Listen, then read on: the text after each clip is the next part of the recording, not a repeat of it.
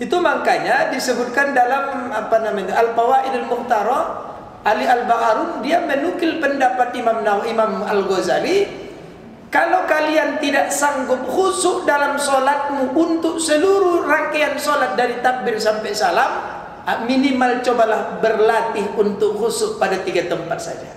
Pertama pada inni wajjahtu nas solati, kalau tak sanggup. Yang kedua pada iyyaka na'budu wa iyyaka nasta'in. Kalau tidak juga yang ketiga pada tahiyat.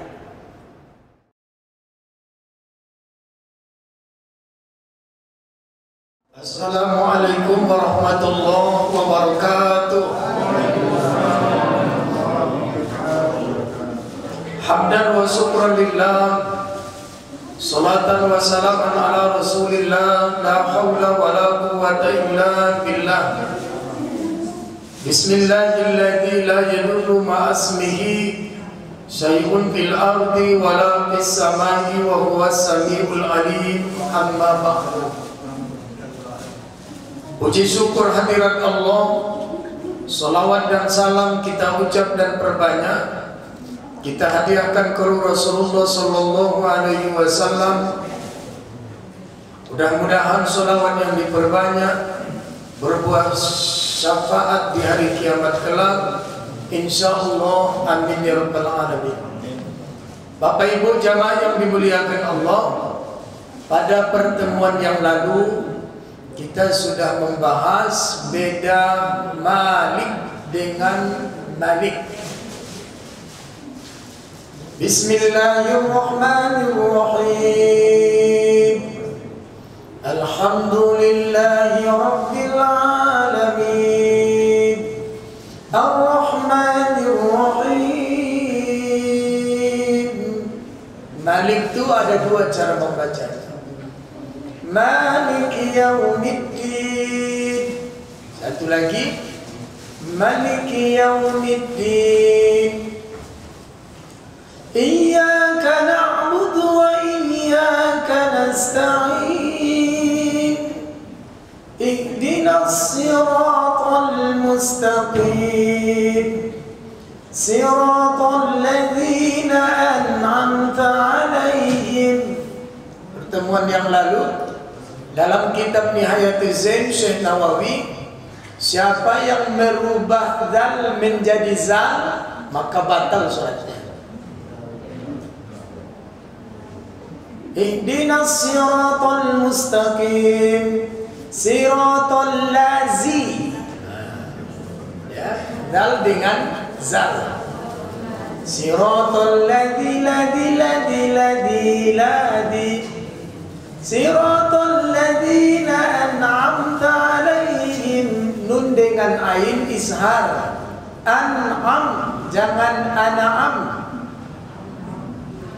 Siratal ladzina an'amta, siratal ladzina an'am, siratal ladzina an'am. An'am jangan an'am. Siratal ladzina an'amta 'alaihim ghairil maghdubi 'alaihim waladdallin. Amin. Jadi kalau mimnya dipanjangkan artinya raja. Malik. Kalau mimnya dipendekkan artinya pemilik raja. Tentulah lebih hebat pemilik raja daripada raja. Dari segi makna memendekkan mim lebih afdol. Ar-Rahmanir-Rahim, Maliki Yaumiddin. Tapi kalau mimnya panjang, mim sama alif tambah lam tambah kaf, 4 dia hurufnya. Kata Nabi, tidaklah alif lam mim itu alif 1 lam 1 mim 1, tapi alif 10 lam 10 mim 10. Berarti alif lam mim 30 pahalanya. Jadi kalau mimnya panjang, Malik, mim alif lam kaf, 4 kali 10 40 pahalanya. Jadi kalau mimnya pendek, Malik, berarti mim lam kaf 3 kali 10 30 pahalanya. Dari segi makna memendekkan mim lebih afdol, Maliki. Dari segi pahala fadilah memanjangkan mim lebih afdal. Malik. Jadi jalan tengahnya bagaimana? Dalam kitab Hasyiah Al-Bajuri, Syekh Ibrahim Al-Bajuri katakan, wa kana ba'dul ulama'i yaqra'u fi raq'atil ula Malik. Adalah sebagian ulama pada rakaat pertama dipanjangkannya mimnya Malik, dan pada rakaat kedua dipendekkannya mimnya. Jadi dua-duanya dapat. Rakaat pertama Ar-Rahmanir Rahim Maliki Yaumiddin. Rakaat kedua Ar-Rahmanir Rahim Maliki Yaumiddin. Itu pun boleh, dipilih di antaranya juga boleh. Nah, sampai situlah pengajian kita pada pertemuan yang lalu. Kemudian salah satu keunggulan Al-Fatihah itu, dalam Al-Fatihah itu ada tempat yang mustajab. Dalam Quran Allah berfirman, Ista'inu bis-sabri was-shalah. Minta tolonglah engkau dalam solat dan sabar. Nah, ista'inu itu ada pada nasta'in. Iyyaka na'budu wa iyyaka nasta'in.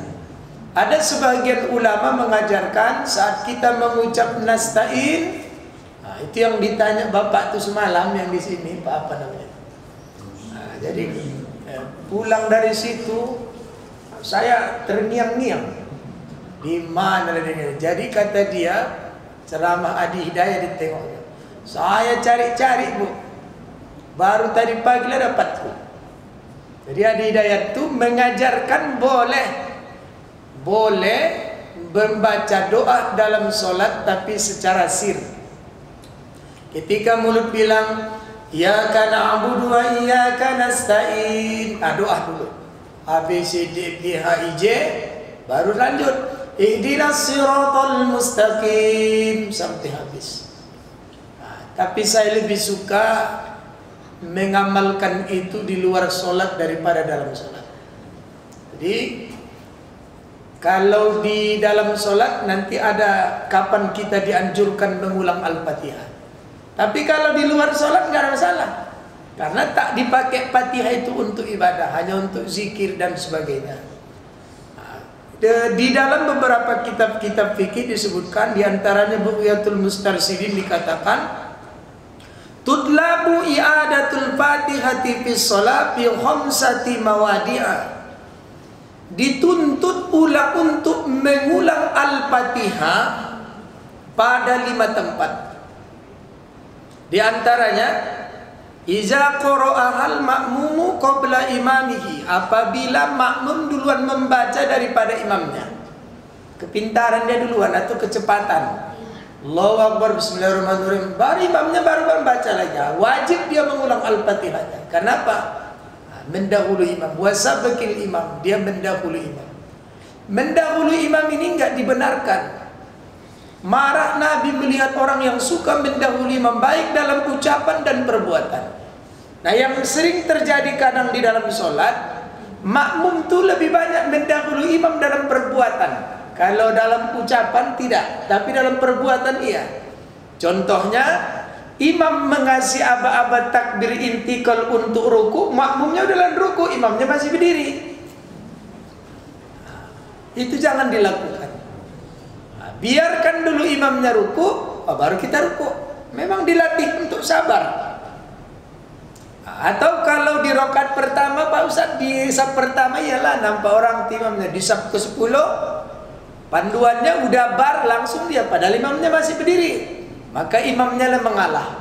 Jadi apa yang dilakukan imam untuk mengakali itu, dahulukan rukunnya daripada intikolnya. Jadi kalau dia mau ruku dia dulu, baru sambil mau dekat mencengkram lututnya, baru dia bertakbir intikal. Nah, jadi kalau begitu modelnya, makmum pasti tidak akan mendahului.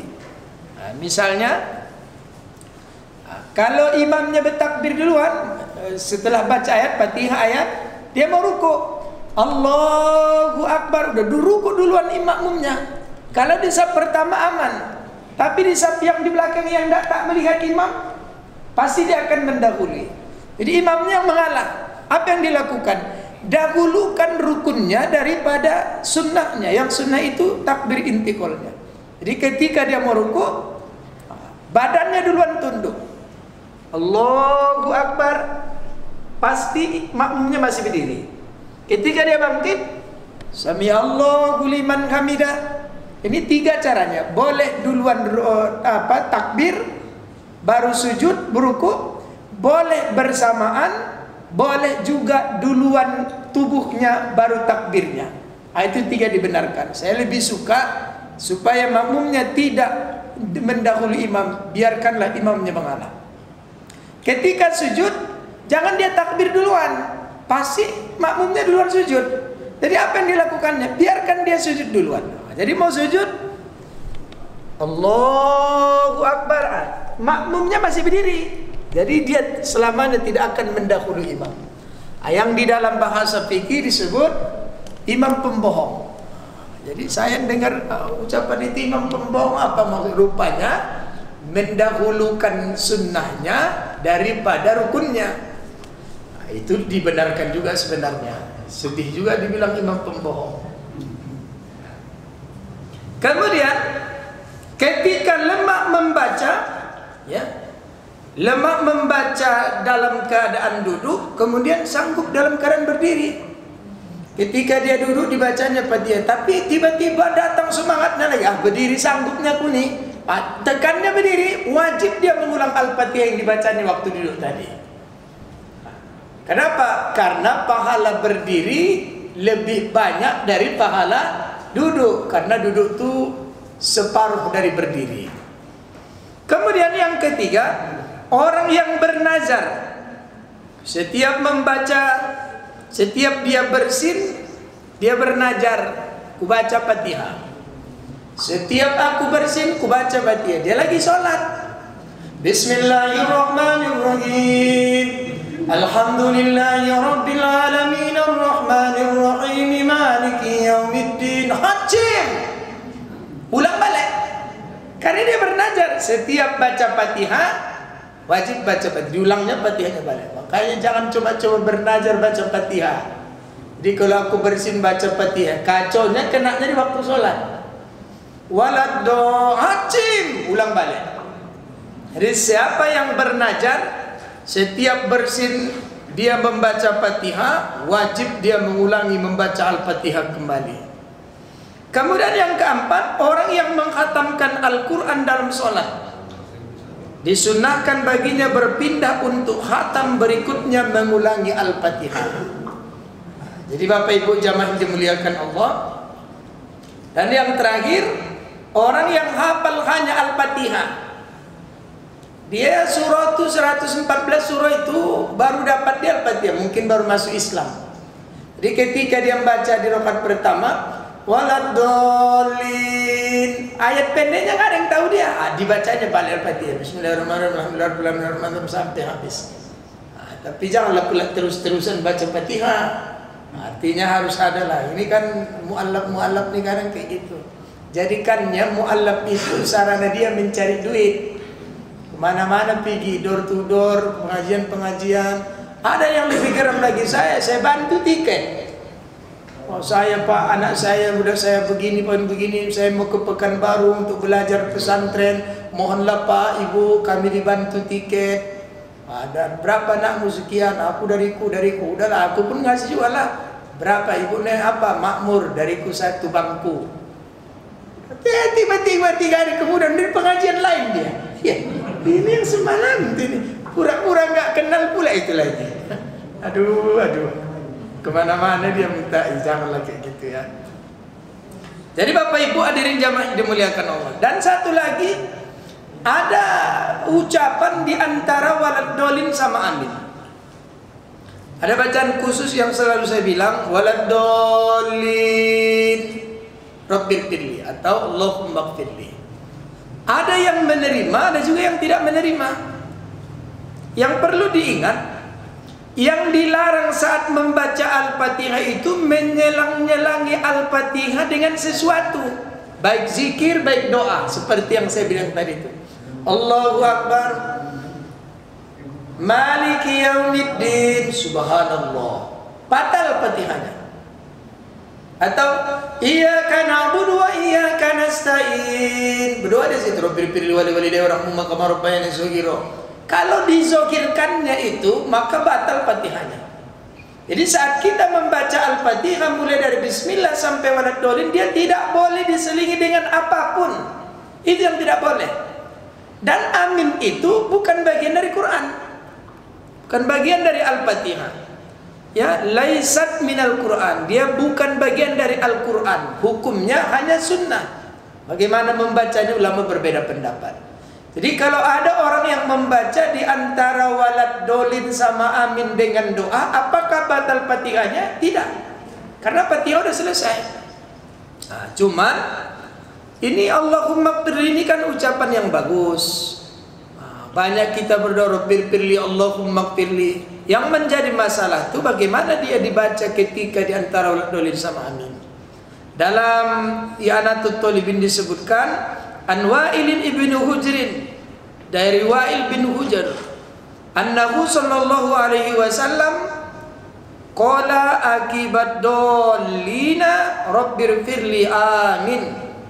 Nabi mengiringi Allahumma gfirli di antara Waladdallin sama amin. Ghairil maghdubi alaihim waladdallin.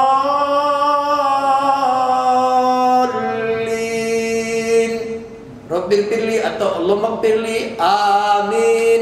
Malah di kitab I'anah itu ditambah lagi Rabbirfirli wali walidayya.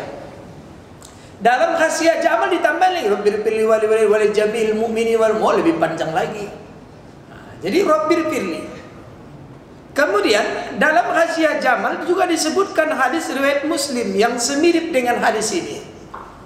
Cuman setelah diteliti, ya kita harus jujur, hadisnya dhaif, lemah. Tapi dalam kaidah ilmu hadis, lemah tambah lemah, jika turuknya jalan yang meriwayatkan itu banyak, hadisnya naik status menjadi hasan li ghairi. Maka disebutkan dalam kitab Bughyatul Mustarsidin tadi, la yatlubu minal ma'mumi inda faraghi imamihi minal Fatihah qaulu rabbirfirli. Nah, di sini disebutkannya kalau dalam kitab I'anatul Talibin imam dengan makmum. Kalau dalam kitab ini tidak dituntut untuk makmum, hanya dituntut untuk imam. Jadi imam aja yang baca. Waladdallin Allahumma gfirli amin. Wa inna ma yatlubu minhu ta'min faqat. Jadi makmum tu hanya disuruh mengaminkan faqat saja. Jadi imamnya di depan Waladdallin sama amin tu Allahumma gfirli, imam makmum hanya amin saja, jangan dia baca. Di dalam kitab ini wa qaulu rabbirfirli matlubu minal qari, dia hanya dituntut untuk qari yang membaca atau untuk imam saja, faqat imam saja. Bisaktati bainal akhiril Fatihah wa amin, dibacanya lah itu ketika berhenti di antara Waladdallin sama amin. Nah, di kitab ini makmum saja yang baca, imam saja yang baca, makmum cukup mengaminkan. Dalam kitab I'anatul Talibin dua-duanya boleh, makmum dan imam. Maka disebutkan Said Bakri disebutkannya selain Rabbirfirli dikecualikan dari melapaskan itu sesuatu akan sesuatu seperti Rabbirfirli wali walidayya wal jami'il mu'minina wal mu'minat, maka sesungguhnya ia tidak merusak bacaan Fatihah. Jadi tidak merusak bacaan Fatihah karena dijumpai hadis hasan bahwa Nabi mengucapkan Waladdallin di antara Waladdallin sama amin. Hadirin jamaah yang dimuliakan Allah. Jadi kalau kita lihat nanti ada juga ulama yang tak meyakininya. Orang tu kalau hadisnya tak sahih tak mau mengamalkannya. Pada derajat tu ada sahih, ada hasan, hasan li ghairi, dhaif, maudhu, bawah-bawahnya lagi. Jadi setiap hadis yang nilainya hasan, ya, sepakat ulama hadis sudah boleh dijadikan dalil atau argumen hukum. Nah, jadi ada itu nanti tak suka, tadi itu, ya sudahlah, tak usah ribut-ribut. Kalau tak mau bikin, usah. tinggalkan, tapi jangan menyalahkan. Jangan menyalahkan. Bapak Ibu hadirin jamaah yang dimuliakan Allah. Kemudian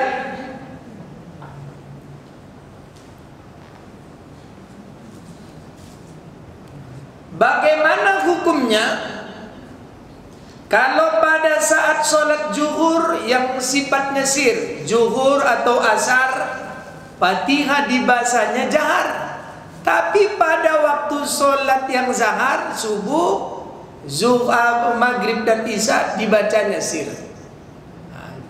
Apa hukumnya itu? Dalam kitab Al-Azkar Lin Nawawi,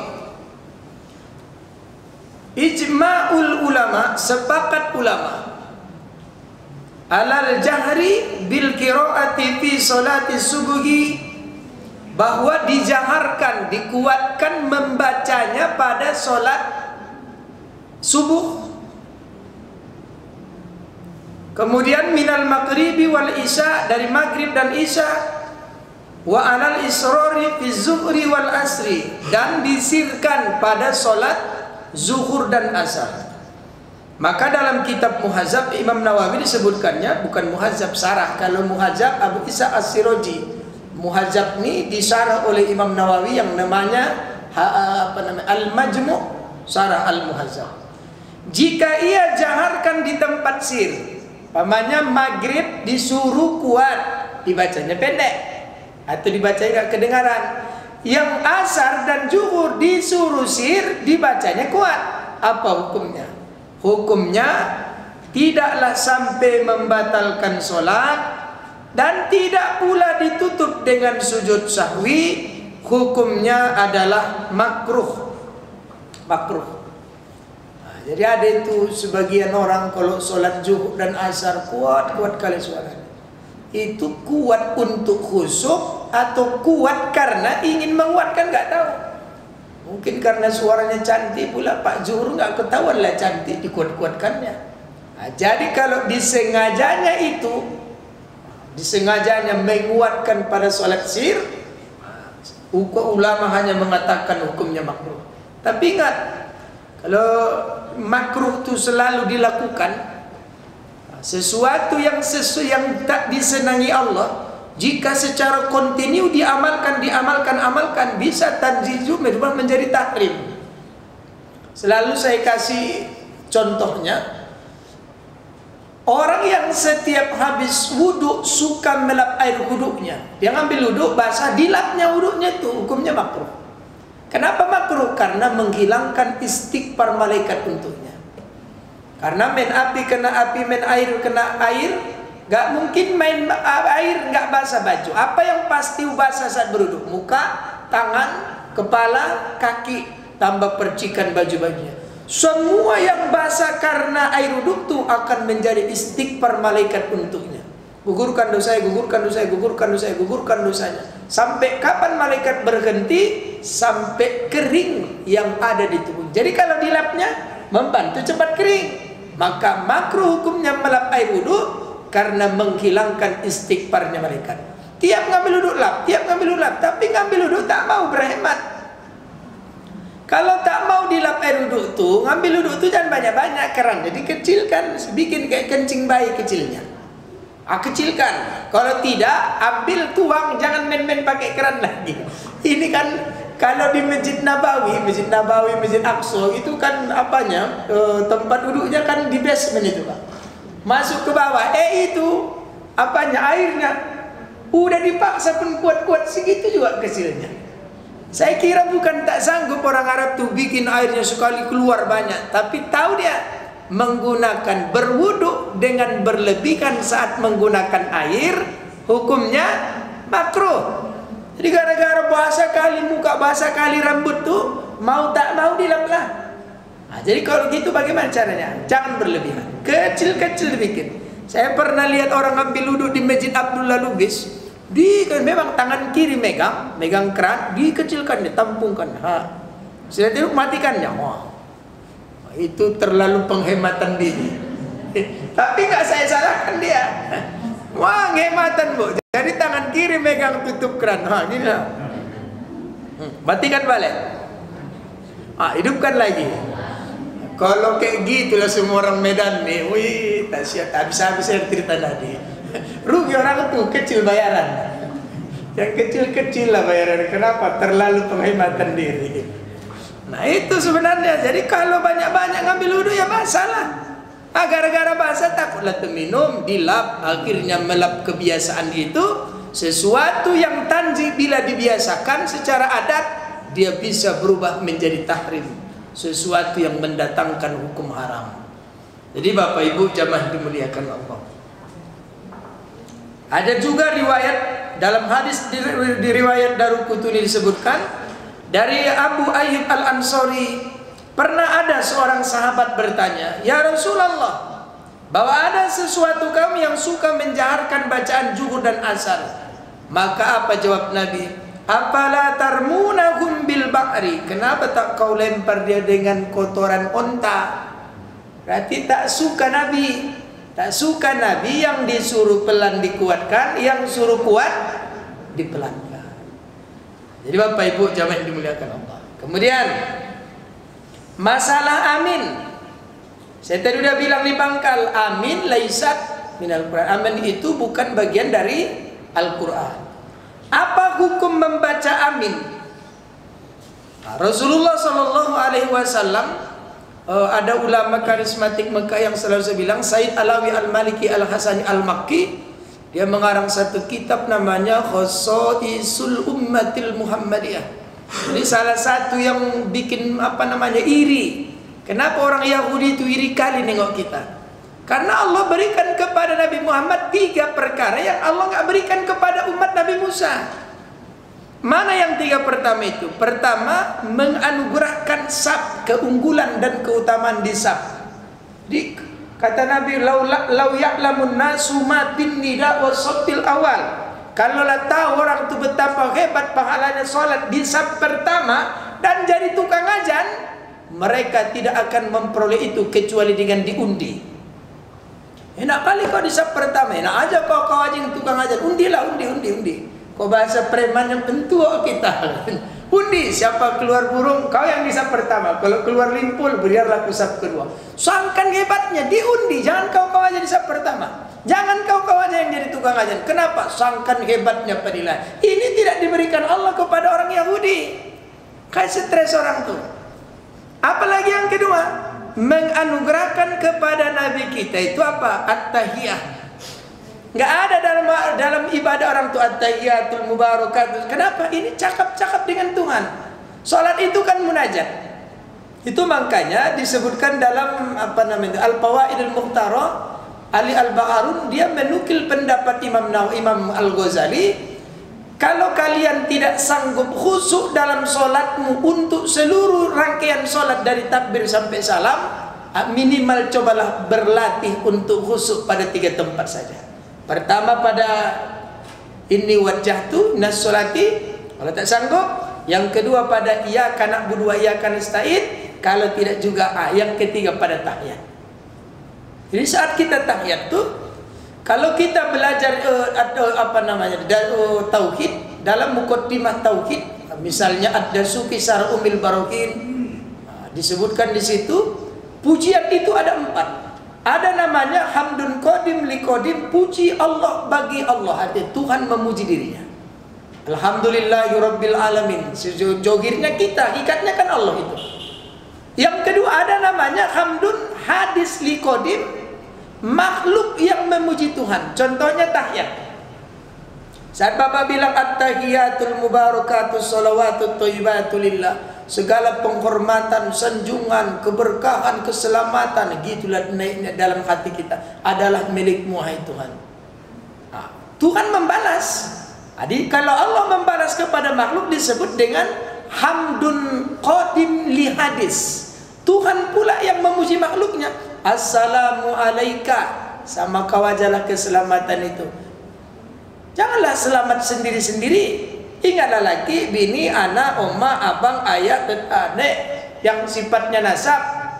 Assalamu alaina, walau domir nahnu itu bukan mutakallim ghairi, ada mengatakan mu'zimul li nafsi, panggillah. selamat atasku secara pribadi, atau nahnu bimakna mutakallim ghairi, selamat atas kami. Siapa? Ayah, oma, abang, kakak yang nasab tadi. Wa ala ibadillahi sholihin, dan atas hamba-hamba yang melakukan amal soleh.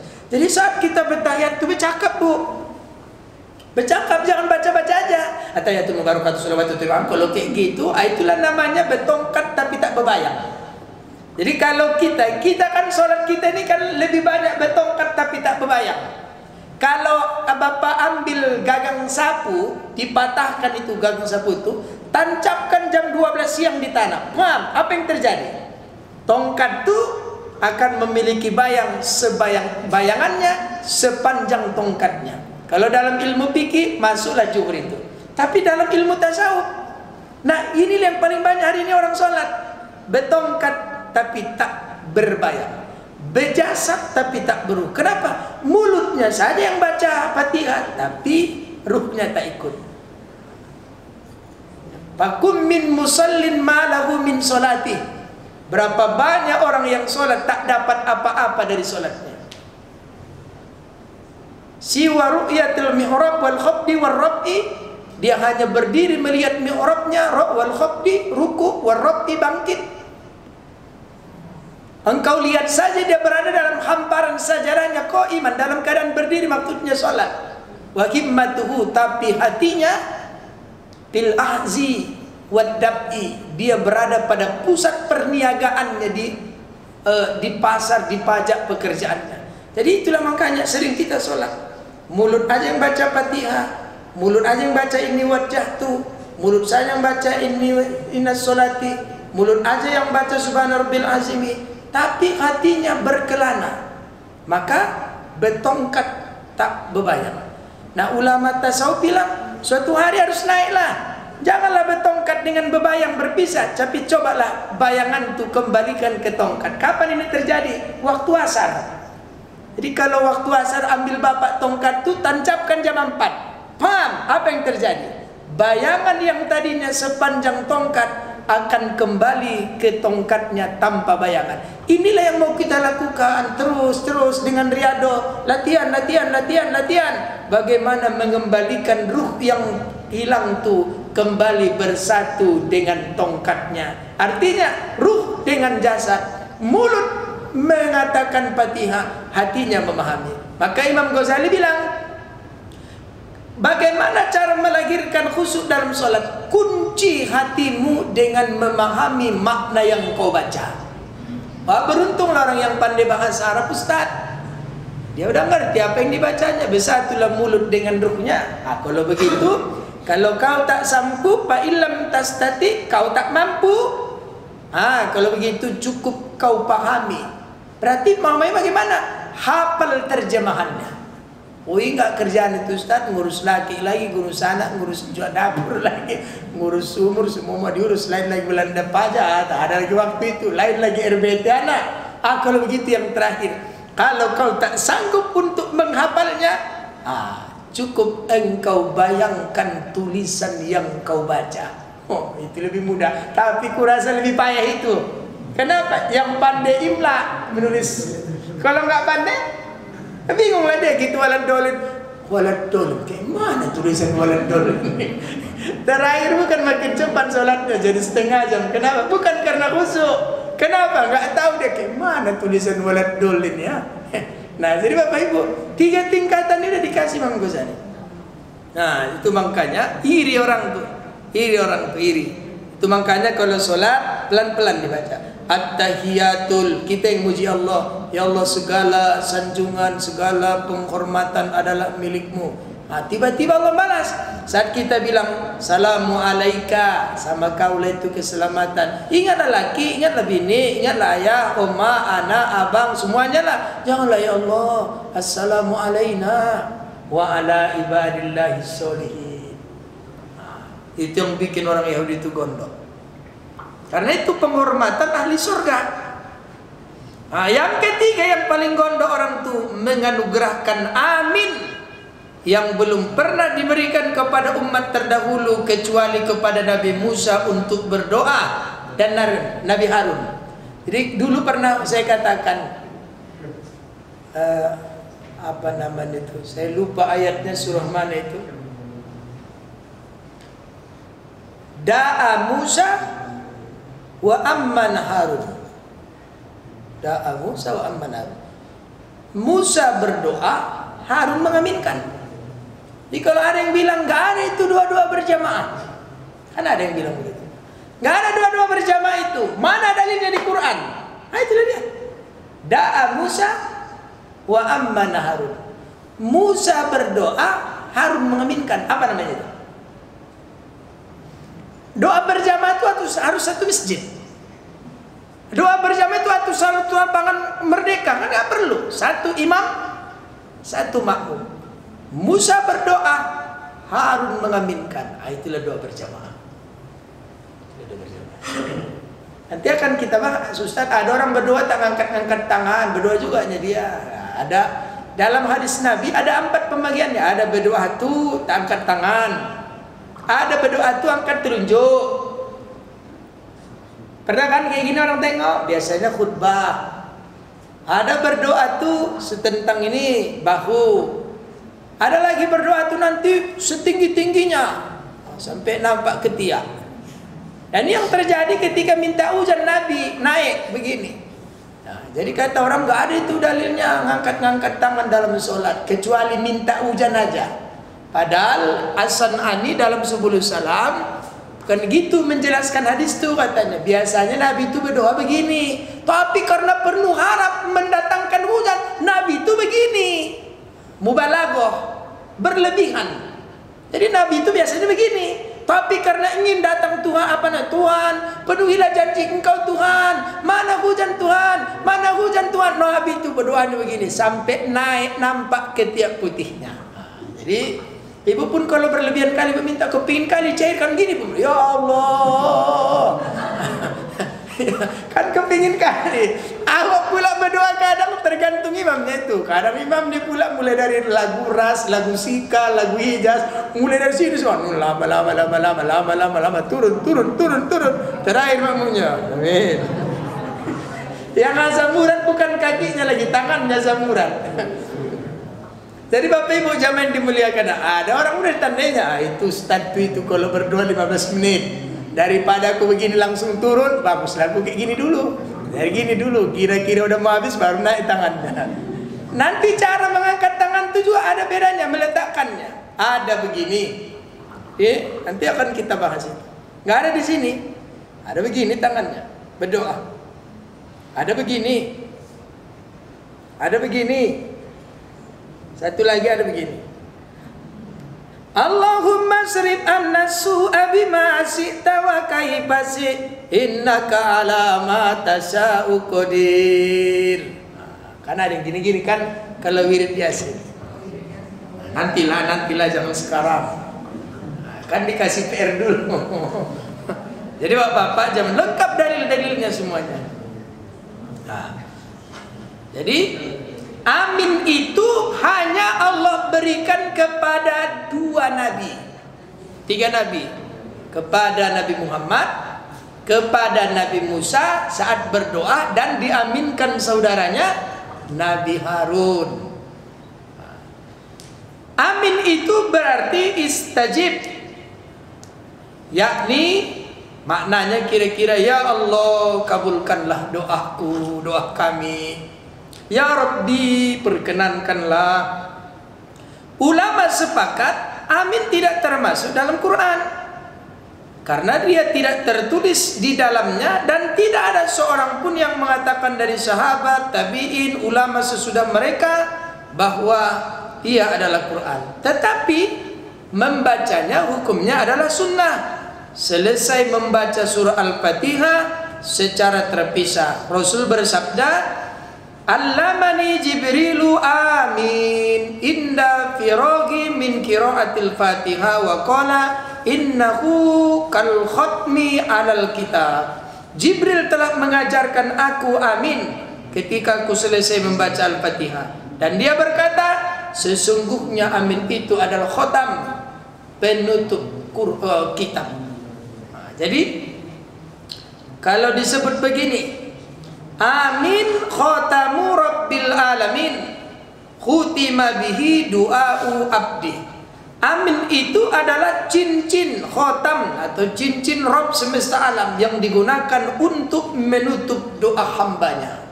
Untuk menutup doa hambanya. Penafsirannya bagaimana? Jika penutup menghalangi orang yang ditutup untuk melihatnya, jika penutup menghalangi orang yang ditutup untuk dilihat. Saya begini, ditutup di depan saya pakai sesuatu, berarti kan terhalang saya gara-gara ditutup. Maka amin, amin itu adalah menutup doa hamba dari kegagalan. Makanya kalau ada orang berdoa, aminkan. Kalau ada orang berdoa, aminkan. Bagaimana doa itu dikabulkan Allah? Amin diantaranya. Jadi jangan doa-doa saja amin. Jangan doa-doa saya tanpa amin. Jangan doa-doa saya tanpa amin. Akhirilah doa itu dengan amin. Karena amin itu penutup doa seorang hamba dari kegagalan. Tapi Ustaz, ku minta enggak cair-cair juga nya Ustaz. Cair tapi diganti. Ingat kata kuncinya. Allah itu mengabulkan terkadang bukan apa yang kita pinta, tapi apa yang terbaik untuk kita. Saat Allah mengabulkan sesuatu di luar permintaan kita, karena Allah tahu inilah yang terbaik untukmu. Karena aku memberikan yang terbaik untukmu. Sebab apa yang kau pinta belum tentu yang terbaik untukmu, tapi apa yang kuberi pasti itulah yang terbaik untukmu. Ibu dulu waktu gadis kepinginnya pula ibu lakinya andilau, model-model kayak gitu ya kan. Tapi kenapa dapat tuh? Karena nggak cocok andilau sama ibu. Yang cocok bapak tuh. Kalau ibu sama andilau udah nggak cocok. Tapi sama bapak tuh hidup sampai sekarang. Berarti apa? Bapak tuh lagi paling terbaik untuk ibu. Sama itu aku bilang sama istriku, Dek, kau putih, aku hitam. Apalah yang membuat kau suka padaku dulu? Tapi kau yang bilang, Bang, Allah tuh mengabulkan yang terbaik untukku. Aku udah itu aja lah, aku ikut katanya.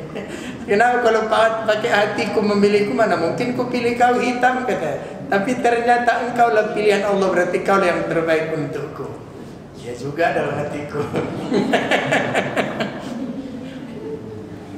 Kemudian setiap huruf dari Al-Fatihah itu hikmah faedah. Jadi kenapa baca amin? Amin itu hurufnya alif, mim, ya, nun. Apa? Kenapa mesti disebut amin? Karena setiap huruf dari amin itu ada satu malaikat yang kerjanya perkenankan ya Allah, perkenankan ya Allah, perkenankan ya Allah. Alif satu, mim satu, ya satu, nun satu. Jadi pada lapas amin itu ada 4 malaikat yang kerja perkenankan ya Allah, perkenankan ya Allah. Berarti 4 malaikat mendoakan. Itu makanya kalau ada orang berdoa jangan tak diaminkan. Pelan penjadi amin. Jangan tak mau mengaminkan. Lain yang ku minta dengan yang minta aminkan sajalah. Aminkan sajalah. Ya. Kemudian apa keutamaan amin di dalam sholat? Ya, apakah harus bersamaan dengan aminnya makmum, imam dengan makmum? Dari Abu Hurairah bahwa Rasulullah bersabda, "Idza qala ahadukum amin, wa qalatil malaikatu fis sama." Apabila di antara kamu membaca amin dan para malaikat di langit juga membaca amin, bersamaan bacaan amin keduanya, maka Allah akan mengampuni ghufira lahu ma taqaddama min dzambi, dosa yang terdahulu. Kayak mana mau dapat aminnya sama malaikat sama kita bersamaan? Pasukan yang di belakang nawa mulai dari orang tua sampai pecahan botol. Ghairil maghdubi alaihim waladdallin. Belum lagi amin. Ada lagi main-main musim Piala Dunia lagi aminnya. Ghairil maghdubi alaihim waladdallin. Amin. Nah, ada lagi saut-sautan amin. Men. Kayak mana lah mau sama amin awak dengan aminnya malaikat? Kadang gondok juga bu. Alamak, hilang juga lah musuh itu. Anak siapa yang ribut nih? Gitu tengok di belakang anak ustaz pula itu. Jadi anakku itu ku kasih SIM itu bu, dan bisa saya pastikan Memang jangan gak ada jaminan anak ustaz tuh di masjid tak ribut. Aku depan rumahku kan masjid. Ya kalau bunga tuh kemari jauh kali lah, 4 meter cuma jaraknya. Inilah dari tiang ini ke tiangnya kan. Lebih panjang lagi, 4 meter saja. Jalan itu cuma 4 meter. Itulah dekatnya rumahku. Makanya kena cerita juga kadang nggak ke masjid payah, ke masjid pun payah juga. Nggak di luar awak, baru capek-capek nggak ke masjid, besok kena ceritai. Jadi ibu anakku itu mau ke masjid aja. Jangan. Karena aku tahu anakku kayak mana. Jangan.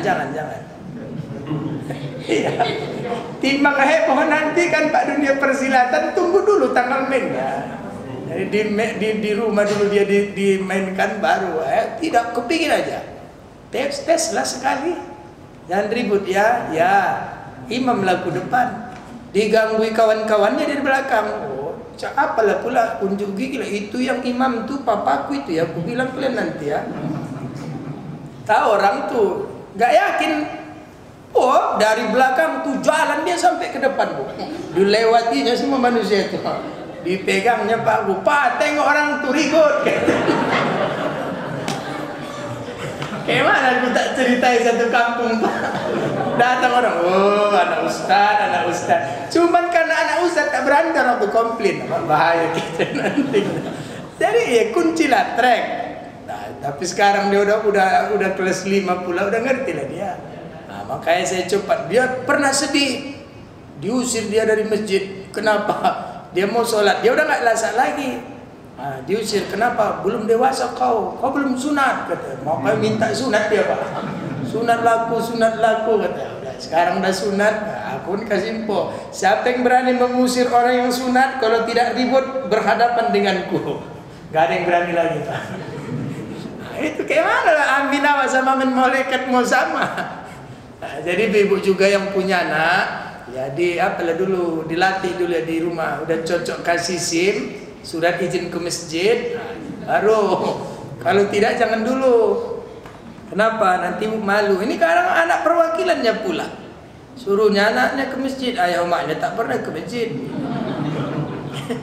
Kau kok ribut kau? Ya suka-suka aku lah, emangnya masjid kau, katanya pula itu. Buat bilang ayah kau, bilang mamamu bilang. Kenapa kau takut? Depan gak ada ayahnya, belakang tak ada omaknya. Mana mak kau? Ku menangis.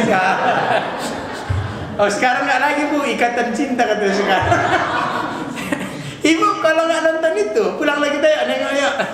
Hebat kali ibu ini, rela dia nggak nengok ikatan cinta Pak demi mengaji. Itu baru oma. Nah, oma lah malu pula lagi bilang oma. Oh. Jadi ibu jamaah yang dimuliakan Allah, ini gara-gara Amin ini ada kisah. Muhammad bin Sama'ah berkata, selama 40 tahun aku melaksanakan sholat dengan berjamaah. 40 tahun Bu, tak pernah sholat sendiri, selalu berjamaah. Tidak pernah luput takbiratul ihram bersama imam kecuali hanya sekali. Bayangkan, selama 40 tahun dia sholat nggak berjamaah, cuman sekali lah dia nggak dapat takbiratul ihram. Tidak berjamaah dengan imam maksudnya. Kenapa? Karena saat itu ibuku sedang meninggal dunia. Karena meninggal omaknya, dia lagi susah, maka tak berjamaah dia. Satu waktu saja. Nah, karena dia tak ikut berjamaah, ini versi berjamaah ini kan hadisnya ada 2, ada 25, ada 27. Dibuatnya lah sholat itu 25 kali. 25 kali. Supaya dianggap sama dengan sekali berjamaah. Apa yang terjadi? Ketika dia tertidur, dia didatangi seseorang. Wahai Muhammad bin Sama'ah, engkau telah sholat 25 kali, tapi engkau tak mendapat ucapan amin. Engkau 25 kali sholat, tapi kau tak dapat ucapan amin. Karena amin itu hanya diperoleh ketika berjamaah. Lemah dia mendengar itu. Artinya apa? Sehebat apapun ibu sholat sendiri secara munfarid, memang secara kuantitas lebih banyak daripada sholat berjamaah. Tapi satu kali sholat berjamaah, wajar Imam Nawawi mengatakan perbandingan wajib dengan sunnah tuh 70 berbanding 1. 70 rakaat solat sunat itu sama dengan 1 rakaat solat wajib. Bayangkanlah itu. Jadi kalau solat subuh 70 lah dikali 2, 140 rakaat solat sunat itu sama dengan 2 rakaat solat subuh. Jadi kalau satu hari 17 rakaat, 17 dikali 70. Kok tak silap aku udah kalkulator itu, 1190. 1190 rakaat solat sunat itu sama dengan enggak solat 1 hari. Jadi kayak mana ceritanya solat sunat bisa menempel yang enggak ada tempel itu. Jadi bapak-bapak jamaah dimuliakan Allah, bagaimana cara membaca amin yang benar setelah Al-Fatihah? Jadi bapak ibu jamaah yang dimuliakan Allah, amin itu ada yang afdol, ada yang masyhur. Menurut Imam Nawawi dalam At-Tibyan fi Adabi Hamalatil Quran, wa fi amin lughatun qala ulama absahuha amin, berarti aminnya panjang. Amin ini ucapan paling afdol. Jadi yang paling afdol amin, ya, alifnya panjang, mimnya panjang. Ada alifnya panjang, ya alifnya pendek, mimnya panjang. Amin. Ulama-ulama Mekah itu kan lebih memendekkan alifnya. Ghairil maghdubi alaihim waladdallin. Amin. Kalau kita pula harus di atas orang itulah amin. Tapi kalau di praktik jarang itu amin. Amin. Nah, itu baru paten orang Medan. Itu orang Medan namanya. Jadi kalau nggak kayak gitu nggak Medan namanya. Ada juga imam-imam tuh di trennya ke imam tak terikut makmumnya. Ghairil maghdubi alaihim waladdallin. Amin. Makmumnya tetap amin. Ya, jadi ada ucapan afdol, ada ucapan masyhur. Yang tak boleh tuh mentasdidkan mimnya. Amin. Nah, ini qiraah rusak katanya. Tak cocok ini. Gharib, apa istilah gharib itu? Asing, tak biasa, nggak adat orang bacanya. Jadi dua itu aja lah pilih, amin atau amin. Jadi bapak-bapak saya nggak jelaskan ada alifnya pendek itu yang penting dua ini aja lah pilih. Kalau tidak alifnya panjang, mimnya dipanjangkan sedikit. Jadi yang paling afdal amin, yang masyhur biasa amin. Alifnya pendek tapi tulisannya sama. Ada dua pendapat tentang menjaharkan dan mensirkan bacaan amin. Pendapat ulama Hanafi yang terkuat dalam mazhab Maliki bahwa mensir amin lebih utama daripada menjaharkannya. Dalilnya amin itu bentuk ucapan doa. Dalam surah Al-A'raf 55 Allah berfirman, ud'u rabbakum tadarruan wa khufyah. Berdoalah kepada Allah dengan tadarruk rendah diri dan suara yang lembut. Jadi kalau bilang amin itu jangan kuat-kuat katanya. Biasa aja. Amin. Tapi dalam mazhab Syafi'i menguatkan atau menjaharkan amin lebih afdol. Kalau qaul qadim berpendapat membaca amin secara zahar, qaul jadid secara sir. Berarti qaul qadim itu yang kita pakai, bukan qaul jadid. Jadi qaul qadim itu pendapat Imam Syafi'i saat dia berada di Irak, Baghdad. Ketika dia berada di Mesir, seluruh fatwa-fatwa dia yang ada di Irak itu di Baghdad namanya qaul qadim. Tapi saat dia berada di Mesir, seluruh fatwa-fatwa dia yang ada di Mesir namanya qaul jadid. Jadid itu baru. Maka di Mina ada namanya Mina jadid. Nah, Mina baru. Nah, jadi menurut qaul qadim menjaharkan amin lebih utama. Amin. Menurut qaul jadidnya mensirkan. Berarti Hanafi, Maliki, Syafi'i sepakat sir lebih afdal dari segi qaul jadidnya, ya. Tapi yang terpilih dalam mazhab Syafi'i, adalah dalam fikih sunnah jilid 1 disebutkan ad-raqtu, ya, aku bertemu mi'ataini minas sahabati fi hadzal masjid, dengan 200 sahabat dalam masjid. Idza qala al-imam, apabila imam waladdallin mengatakan waladdallin, sami'tu lahum rajjata amin, maka terdengarlah secara nyaring suara aminnya. Berarti hampir seluruh sahabat lebih cenderung menzaharkan daripada mensirkan. Kenapa dibahas-bahas ini?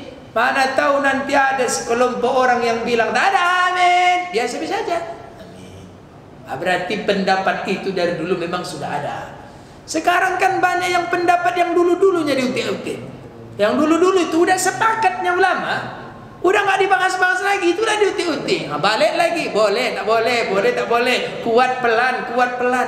Maunya yang diutik-utik itu jangan kitab orang, bikin kitab sendiri. Pendapat Imam Syafi'i direvisi-revisi, bikin aja pendapat awak. Kenapa rupanya? Apa yang utik-utik lagi pendapat orang? Suka enggak suka nengok pendapat orang, itulah karya dia. Seorang mujtahid itu, bila dia benar dapat 2 pahala, bila dia salah tetap dia dapat pahala 1. Awak dapat pahala apa? Dapat pahala apa kita? Makanya kalau berfatwa itu ajra'ukum 'alal pudyan, ajra'ukum 'alan nar. Orang yang berani berfatwa di antara kamu adalah orang yang berani menempat tempat duduknya secara terlaknat dalam neraka. Jadi kalau nggak tahu bilang aja nggak tahu. Jangan nggak tahu sok-sok tahu. Nabi Muhammad sedang ceramah, turun datang laki-laki hitam. Laki-laki hitam itu malaikat Jibril, Bu. Ma huwal iman? Apa itu iman? Jawab Nabi, rukun iman yang 6. Ma huwal Islam? Jawab Nabi, rukun Islam yang 5. Ma huwal ihsan? Apa itu ihsan? Seolah-olah kau melihat Tuhan. Kalau kau tak melihatnya, anggaplah dia itu pasti melihatnya. Mata sa'ah? Kapan dunia kiamat?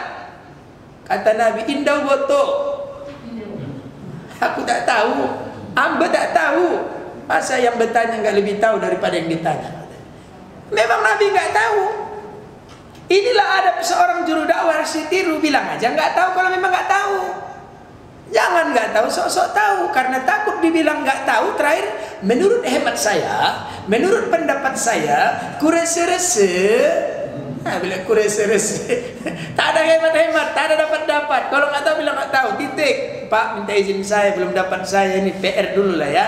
Nggak akan hina Wak gara-gara itu, nggak akan hina itu. Sabar Bapak ya, aku cari-cari dulu mana nanti. Nggak pun cari, aku teleponi kawanku lah. Penting dapat Bapak jawabannya minggu depan. Begitu. Jangan kurese-rese. Di batu bara gitu kan. Kurese-rese. Apa itu? Kuroso-roso. Kurasa-rasa. Mana bisa agama dirasa-rasa?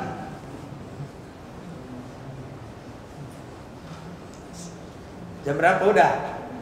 Oh, udah tengah 10, berhenti kita. Gak boleh panjang-panjang. Cepat kali siap buku ini nanti itu masuk. Di pengajian lain Ustaz, kalau nggak siap-siap bab sholatnya Ustaz, kamu mau cepat aja. Aku bilang 5 tahun pun belum tentu siap ini. Aku bilang santai aja, penting dibaca. Jadi Bapak Ibu jamaah yang dimuliakan Allah, arba'atu khuffihinnal imam. Ada 4 di mana imam boleh menyembunyikan. Jadi imam itu boleh menyembunyikan, sir artinya tidak kuat. Mana itu? Yang pertama, membaca auzubillah. Jadi ketika membaca auzubillah, bolehlah. Jangan auzubillahi minasy biasa. Bismillahirrahmanirrahim. Yang kedua, saat membaca bismillah, bagi yang pahamnya, ya. Alhamdulillahi Rabbil Alamin. Ada kan? Ada dibaca juga. Yang ketiga saat membaca amin, ya boleh dibaca sir. Kadang imam-imam ini kan makmum yang semangat. Amin, dia amin. Ada kayak gitu di sini, Bu? Hah? Anak-anak. Kemudian tahmid, yakni membaca Rabbana lakal hamd. Sami Allahu liman hamidah. Apakah imam membaca Rabbana walakal hamd? Ada yang bilang, ada pendapat baca makmum dengan makmum imam sama. Ada yang bilang imamnya aja yang sami Allah, makmumnya Rabbana walakal hamd. Pendapat itu nanti dengan permasalahannya akan kita bahas di bab ruku. Setelah ini kan ruku ini kan, setelah Fatihah masuk ke bab ruku. Jadi Bapak Ibu jamaah yang dimuliakan Allah, oke, malam ini sampai ini dulu. Sebelum kita lanjut, satu kisah. Jadi hati-hati, ada di dalam Al-Fatihah, dalam Quran itu yang sama ayatnya waladdallin ujungnya. Jadi kalau awak ngayal, kalau ngayal mau bilang amin itu.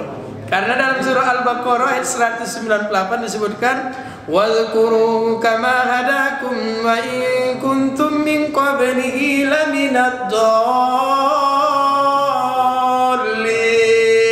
Datang makmumnya ngigo.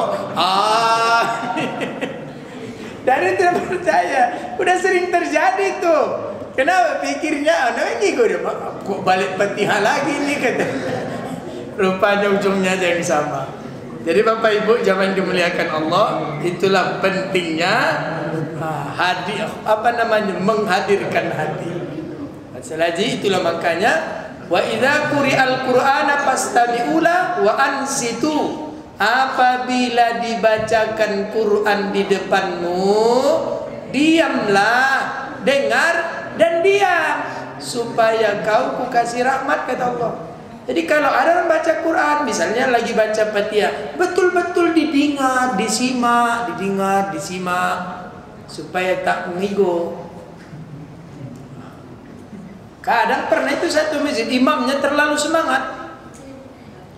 Al-Fatihah, rakaat pertama sujud, begitu naik kedua, Allahu Akbar, Bismillahirrahmanirrahim. Ara'aital ladzi yukazzibu biddin. Makmumnya enggak ada yang ribut, diam semuanya. Gitu dah siap baru tuduh-tuduhan. Kayaknya tadi imamnya enggak baca Fatihah lah. Enggak lah. Bertuduh-tuduhan. Kenapa?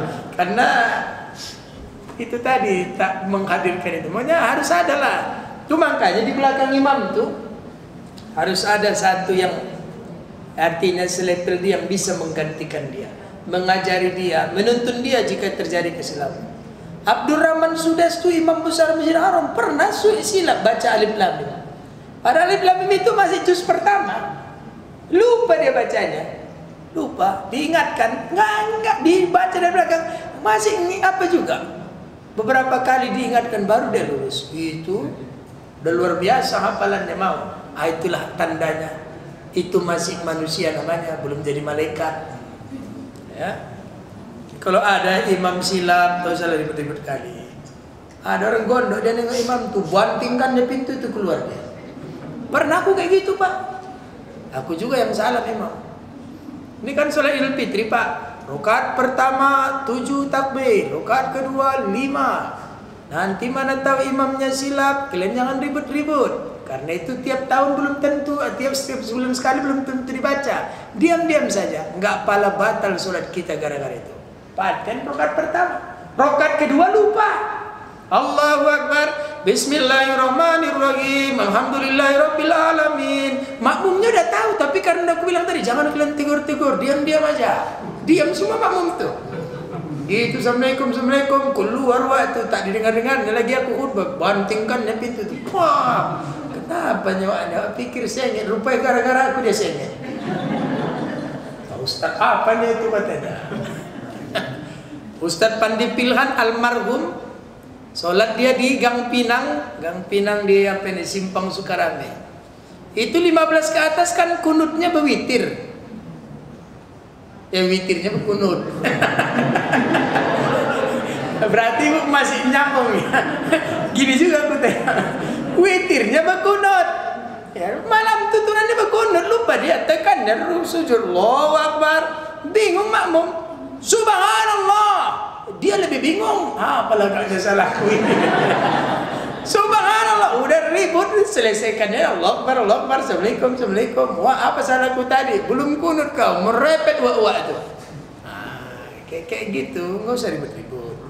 Itulah namanya masih manusia. Kalau masih manusia kayak gitulah. Kalau udah jadi malaikat ya dijaga Tuhan itu biasanya. Ya. Oke Bapak Ibu, Fatihah selesai. Yang akan datang kita masuk membaca surah setelah Al-Fatihah. Kaifiat-kaifiatnya, mana yang didahulukan. Jadi ada orang kadang saat dia membaca itu terlalu semangat. Rakaat pertama dibacanya Bismillahirrahmanirrahim. Qul a'udzu birabbin nas, malikin nas, dari tartib salah itu. Jadi kalau umpamanya dibacanya Qul a'udzu birabbin nas di rakaat pertama, jadi rakaat kedua baca apa dia? Udah khatam Quran Al-Baqarah. Jadi dalam menurut Imam Nawawi dalam At-Tibyan juga nanti kalau dia di rakaat pertama terbaca dia Qul a'udzu birabbin nas dari tartib surah, dia rakaat kedua harus kembali kepada Alif Lam Mim Al-Baqarah. Cuman jarang terjadi. Kenapa? Gak ngerti. Rakaat pertama Qul a'udzu birabbin nas, rakaat kedua dibacanya Qul huwallah. Seharusnya rakaat pertama Qul huwallah, rakaat kedua Qul a'udzu birabbin nas. Kenapa? Dari segi tertib ayat dia menang, tapi dari segi panjang pendek kalah. Kalah. Malah ada lagi ulama, kalau begitu rakaat pertama harus panjang daripada rakaat kedua. Kalau begitu rakaat pertama 4 rakaat. Boleh dibaca Qul a'udzu birabbin nas itu tidak sampai 4 rakaat, 3 rakaat. Untuk itu biar 4-3. Jadi permasalahan membaca surah akan kita bahas pada pertemuan selanjutnya. Mudah-mudahan tausiah malam ini bermanfaat. Billahi taufiq wal hidayah. Assalamualaikum warahmatullahi wabarakatuh.